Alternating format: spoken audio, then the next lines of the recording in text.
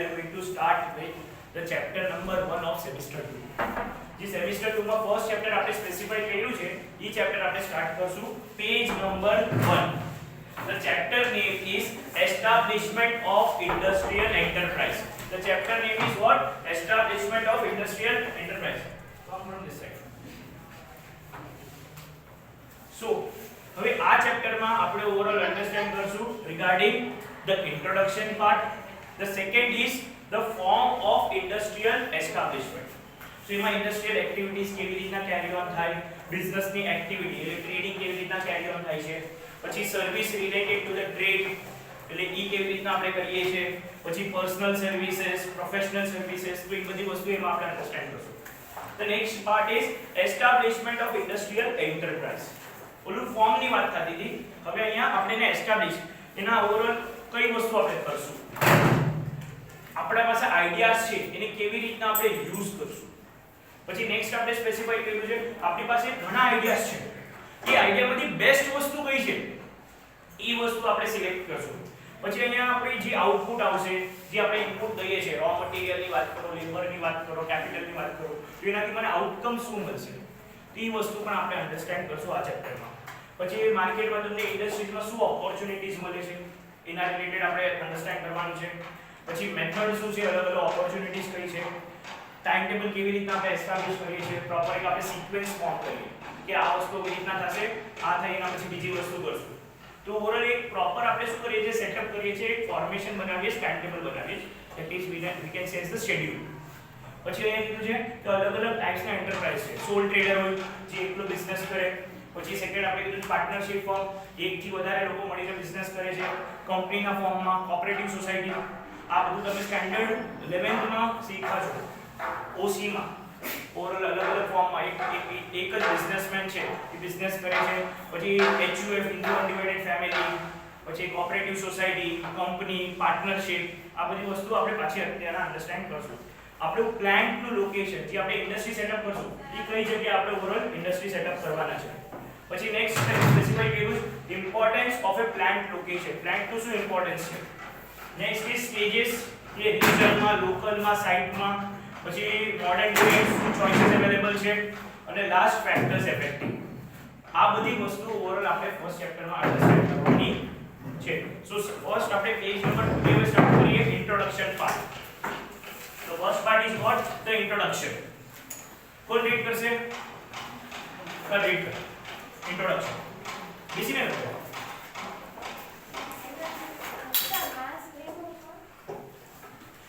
Entrepreneurship is concerned with an individual and person having entrepreneurship is an entrepreneur.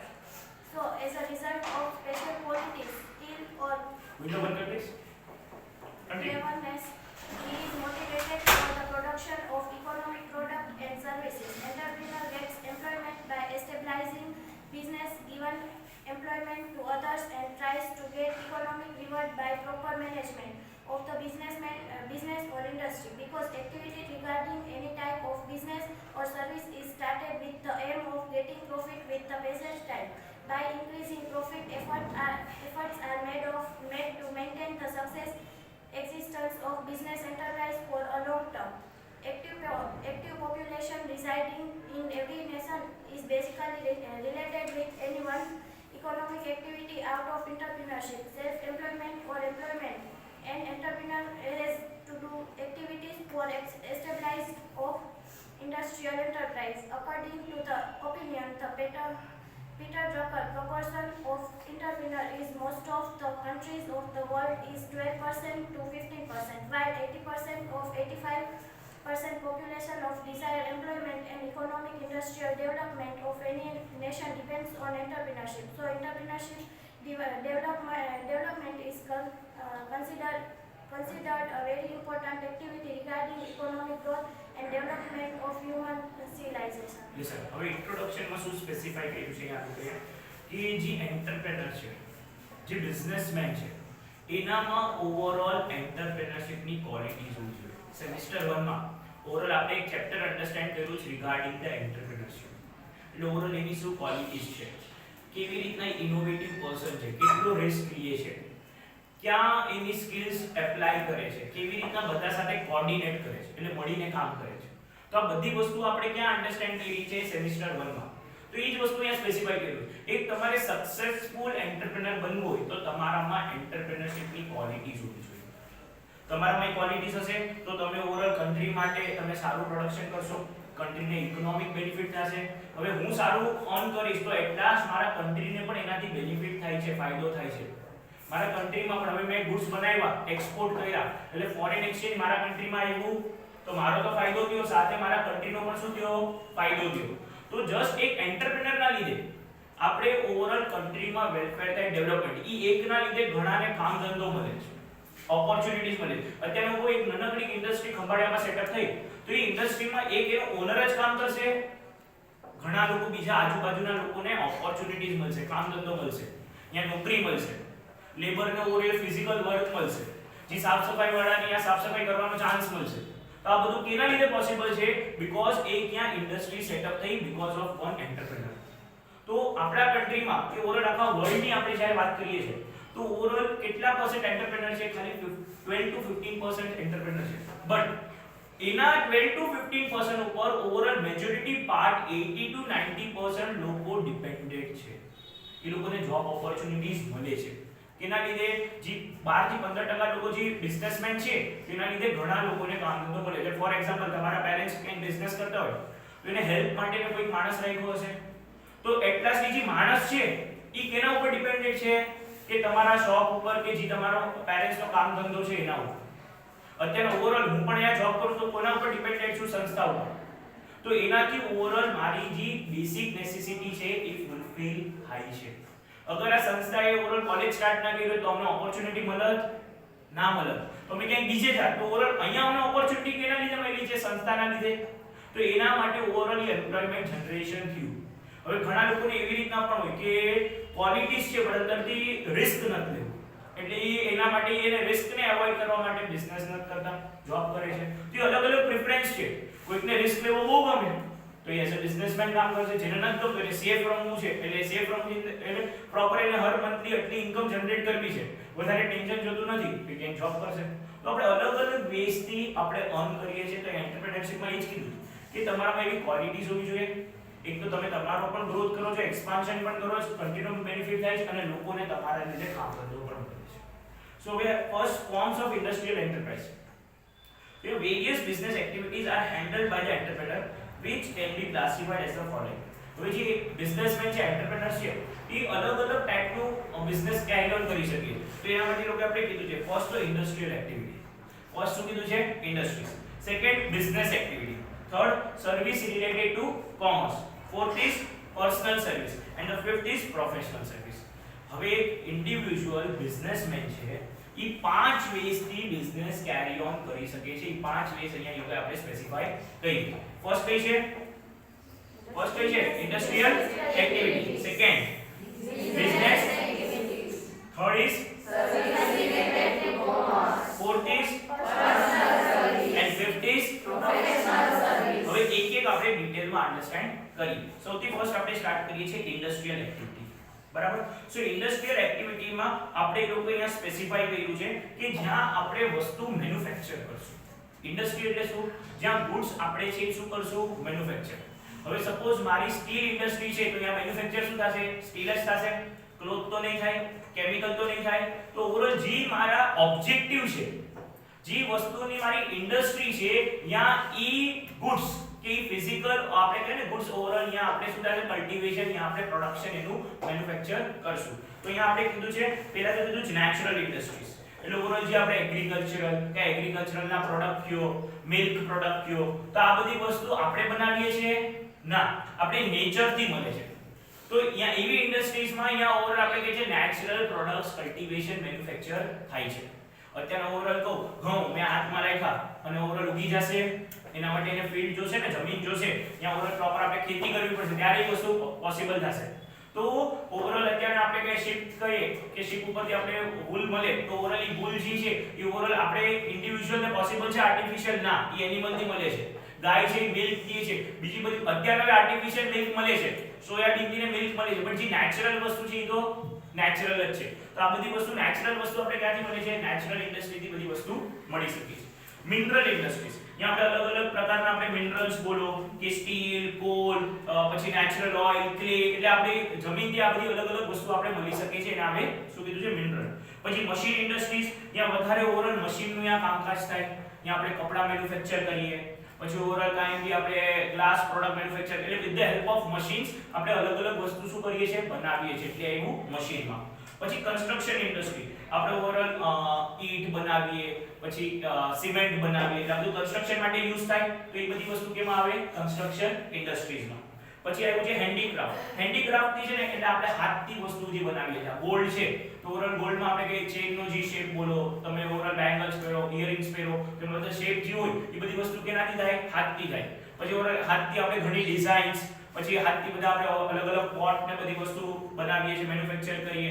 તો ઘણા જૂના જમાનામાં તમે ઓવરઓલ જૂના મંદિરમાં ને જોજો તો ઓવરઓલ જે પિલર ને બધું હોય ને એમાં પ્રોપરલી એ લોકોએ ડિઝાઇન્સ ને ડ્રોઇંગ્સ ને બધું કરેલું હોય. તો એ બધું કેનાથી પોસિબલ છે? હાથથી કરેલી વસ્તુ છે. તેને એટલે વર્ડ યુઝ કર્યો છે હેન્ડીક્રાફ્ટ. ક્લિયર થઈ? આ પાંચ ટાઈપની ઇન્ડસ્ટ્રીઝ બધાને.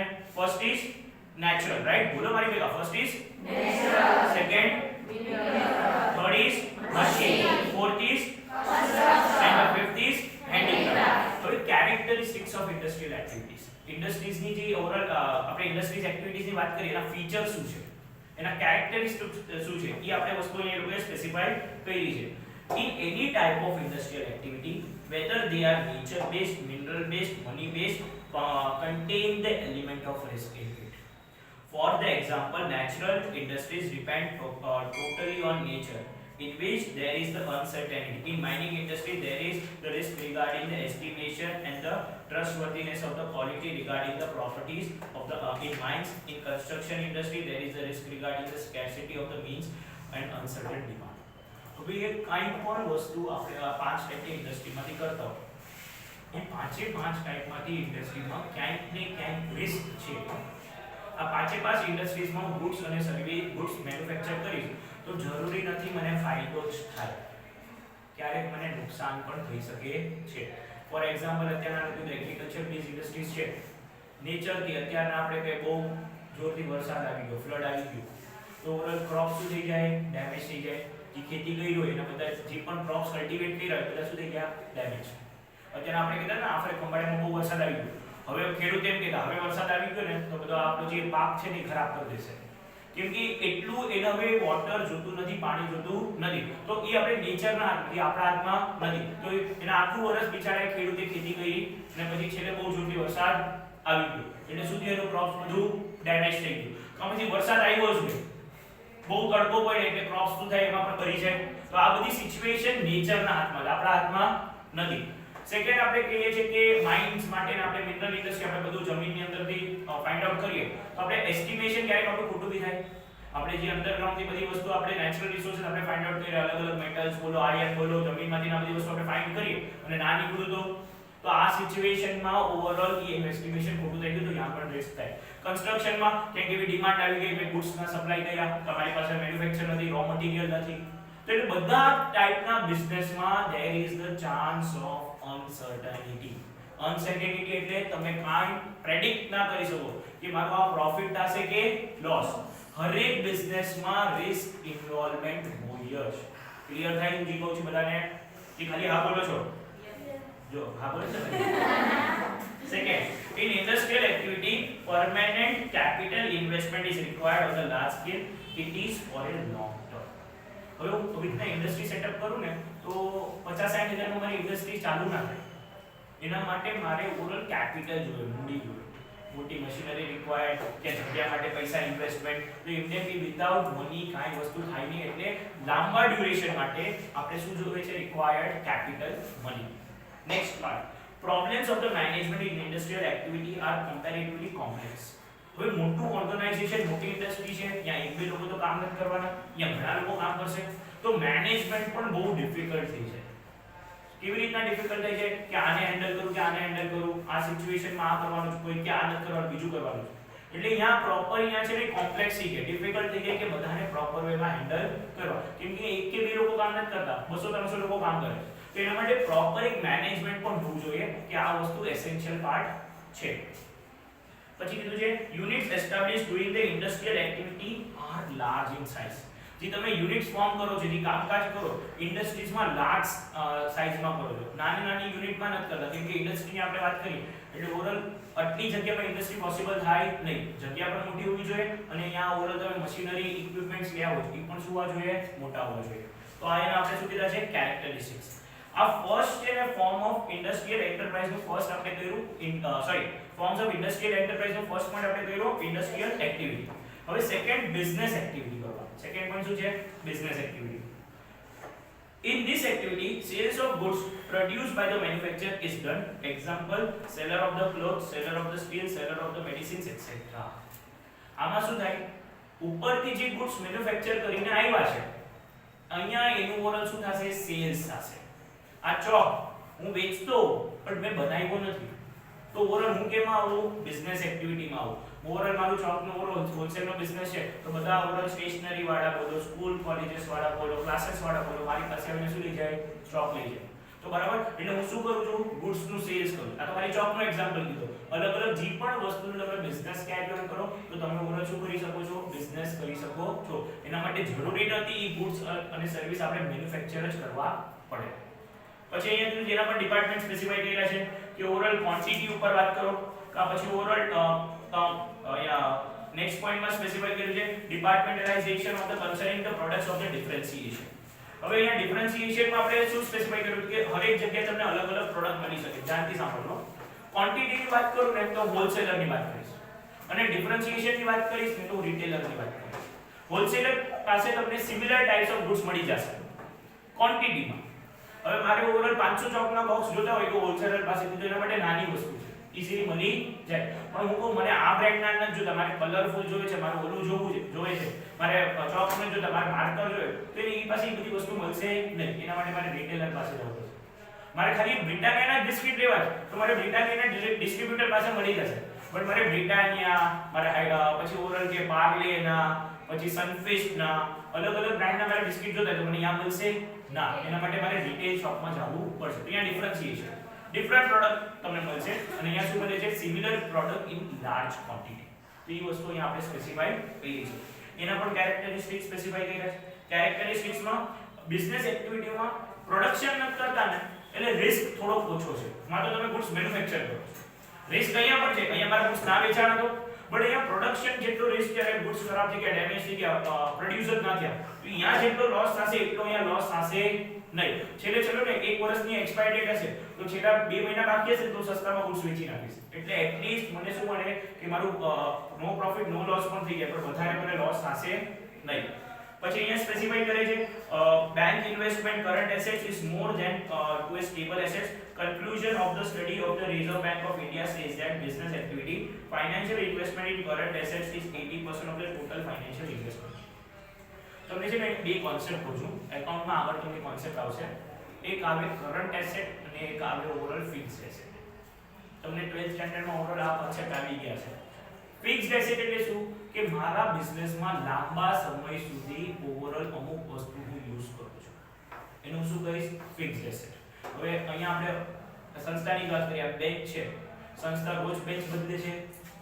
આ બેંક છે આપણે બોલે 5 વર્ષ 10 વર્ષ સંસ્થા શું કરશે? યુઝ. તો આ સંસ્થા માટે શું થઈ ગયું? Fixed asset. બરાબર. હવે આપણે કરન્ટ એસેટ્સ ની આપણે જે વાત કરીએ તો જે મારી પાસે સ્ટોક બોલો એટલે તેના હું જે ગુડ્સ વેચતો તો મારો હંમેશા મારી પાસે ગુડ્સ નહીં ગઈ. એ ગુડ્સ ક્યારેક ને ક્યારેક ખાલી થઈ જશે તો એટલે એને વર્ડ યુઝ કર્યો કરન્ટ. કરન્ટ એસેટ્સ આપણે જે કરીએ 1 વર્ષની અંદર ઓવરઓલ કેશમાં રૂપિયામાં કન્વર્ટ થઈ જાય. હું કોઈ પાસેથી રૂપિયા માંગુ છું કે તારે મને 50000 રૂપિયા દેવાના તો ઈ પણ કેમાં આવશે? Current asset. એટલે મને કોઈ 2 મહિના 3 મહિના 4 મહિનામાં રૂપિયા મને પાછા મળી જશે. Bills receivable. તો આ બધો પાર્ટ શું છે? કરન્ટ એસેટ્સ નો. તો એ જે બિઝનેસ કેરિયર કરે ને એ લોકો વધારે એનું ઓવરઓલ કરન્ટ એસેટ્સમાં ડીલ કરે. માં ફિક્સ્ડ એસેટની જરૂરત છે. કેમાં? ઇન્ડસ્ટ્રીઝમાં. ઇન્ડસ્ટ્રીઝમાં મારે મશીનરી ઇક્વિપમેન્ટ બધી વસ્તુ રિક્વાયર્ડ છે એટલે મોટા મોટા પ્લાન્ટ છે તો અહીંયા ફિક્સ્ડ એસેટ, અહીંયા કરન્ટ એસેટ. અહીંયા હું ઓવરઓલ મારો અમુક જ પાર્ટ ફર્નિચર ને એ બધી વસ્તુ છે એ ફિક્સ્ડ એસેટ છે. બીજા બધા જે મારા ગુડ્સ જે છે ને માલ પડ્યો હોય ને એ બધો મારો કરન્ટ એસેટ છે. તો અહીંયા વધારે પોર્શન આપણું ઇન્વેસ્ટમેન્ટ કેમાં છે? Current asset. In a business activity, there are a less marginal problems and the government interference is also limited. એટલે અહીંયા છે ને આપણે નાના મોટા પ્રોબ્લેમ્સ પ્રોડક્શનમાં શું ચેન્જ કરવું, લોકોનો ટેસ્ટ કેમ બધું મારે ઉપરથી માલ લેવાનો છે અહીંયા વેચવાનો છે એટલે વધારે મારે મેનેજમેન્ટનો એ પાર્ટ નથી, ગવર્નમેન્ટે મારી ઉપર વધારે ઓવર રેસ્ટ્રિક્શન નહીં, આ વસ્તુ ના બનાવો. મારી પ્લાસ્ટિકની કંપની હોય તો વચ્ચે ખબર છે રૂલ હતો કે પ્લાસ્ટિક મેન્યુફેક્ચર કરવું નહીં, તો એમાં એ મને ના કહી શકે, હું તો રિટેલર છું, તો મારા ધંધામાં મારા બિઝનેસમાં વધારે ગવર્નમેન્ટ ઓવરઓલ ઇન્ટરફેર કરશે નહીં, બટ ત્યાં ગવર્નમેન્ટ વધારે ઇન્ટરફેર કરી શકે છે કે આ બરાબર નથી, તું આ પ્રોડક્શન ના કરી શક, આ ક્વોન્ટિટી પ્રોપર નથી ઓવરઓલ, કેમ કે બધા ગુડ્સ છે આપણે સ્ટેન્ડર્ડાઇઝ કરવા હોય, આઈએસઆઈ માર્ક કરાવવો હોય તો ગવર્નમેન્ટ પાસે એપ્રુવલ આવવું જોઈએ, ચેક થાય પછીથી માર્કેટમાં વેચાય, તો અહીંયા વધારે કોમ્પ્લિકેશન્સ છે, અહીંયા વધારે કોમ્પ્લિકેશન્સ નથી. પછી નેક્સ્ટ સ્પેસિફાઈ કર્યું business activity can be started with a few financial means. એટલે નાના મોટા ઓવરઓલ તમારી પાસેથી મૂડી હોય, પૈસા હોય તો એનાથી તમે બિઝનેસ કેરી ઓન સ્ટાર્ટઅપ કરી શકો છો. પછી કીધું as a business activity small in size dependent of a partnership would be more convenient. As a result of the occupational size, the local market, one or minimal number of the people can manage the business from the small shop. It depend. મારી પાસે મારે business કેમ ચાલુ કરવું છે, as એક individual ચાલુ કરવું છે, એઝ અ પાર્ટનરશિપમાં ચાલુ કરવું છે, મારી પાસે પૈસા નથી તો બે કે ત્રણ લોકો મળીને એક મિનિમમ રિક્વાયરમેન્ટ જે અમાઉન્ટ છે એનાથી અમે શોપ કે અમારું બિઝનેસ સ્ટાર્ટઅપ કરી શકશું. તો આ આપણે સ્પેસિફાઈ કર્યા છે characteristics regarding what commercial activity કહી શકો કે બિઝનેસ એક્ટિવિટી. હવે થર્ડ પાર્ટ કયો કીધો છે, service related to the trade. Service related to the trade એમાં સ્પેસિફાઈ કર્યું છે કે અહીંયા વધારે પડતી જે વસ્તુ છે એ સર્વિસ છે, એનું ફિઝિકલ એક્ઝિસ્ટન્સ નથી, ઇનટેન્જિબલ છે. હું તમને ટીચિંગ કહું છું, આલ્યો 2 કિલો ટીચિંગ રાખો, પોસિબલ થાય ના, એ વસ્તુ સર્વિસ દઉં છું. તમે કીધું ઓવરઓલ મેં તમને કીધું આ 4 કિલો ટીચિંગ લઈ જાઓ, કાલ 5 કિલો ટીચિંગ પાછી લઈ આવજો, એ વસ્તુ પોસિબલ થવાની નથી. ડોક્ટર પાસે, ડોક્ટર મને 6 કિલો તાવ આવ્યો છે, ડોક્ટર કે હું તને 7 કિલો સલાહ દઈ દઉં, કે છે એ વસ્તુ પોસિબલ નથી. એ બધી સર્વિસ છે. હવા આવી, ઓ આજ તો 6 કિલો હવા આવી ગઈ, એ વસ્તુ તમે ફીલ કરી શકો, જોઈ નથી શકતા, તો એને આપણે કહીશું સર્વિસીસ. તો સર્વિસીસમાં આપણે બેન્કિંગ સર્વિસ, બેંક વાળા તમને બધી સર્વિસ પ્રોવાઈડ કરે છે, એટલે ભલે એના માટે તમારા પૈસા એક્સચેન્જ કરે, ડિપોઝિટ કરે, વિથડ્રો કરે, પણ એટલા શું દે છે તમને સર્વિસ, તમારા બિહાફમાં તમને કામ કરીને દે છે.